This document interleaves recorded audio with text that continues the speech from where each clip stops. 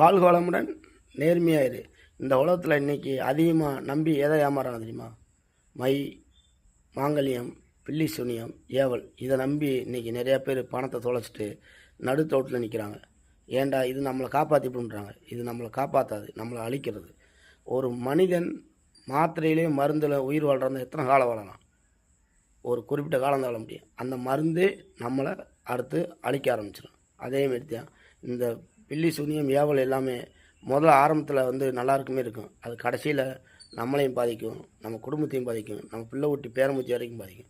அதனால் என்றைக்குமே இந்த பில்லி சூனியம், ஏவலை யாரும் நம்பாதீங்க. உழைச்சி சேருங்க. நம்ம உழைப்பு நமக்கு என்ன கிடைக்குமோ அது நமக்கு கிடைக்கும். இது தான் உலகம் பிரபஞ்சம் செய்கிற ஒரு உண்மை. நம்ம என்ன செய்கிறோமோ அந்த உலகம் கண்ணாடி மாரி.